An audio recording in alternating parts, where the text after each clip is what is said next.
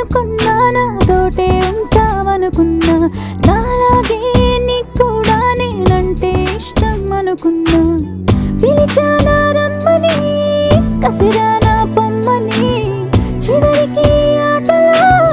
అయిపోయా బొమ్మని నువ్వు కాదంటే ఇక రానంటే మన ఇద్దరి మధ్య ఇంకేం లేదంటే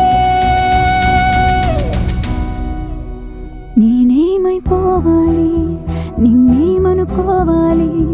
ఈ మనసుని తిట్టాలి ఈ క్షణం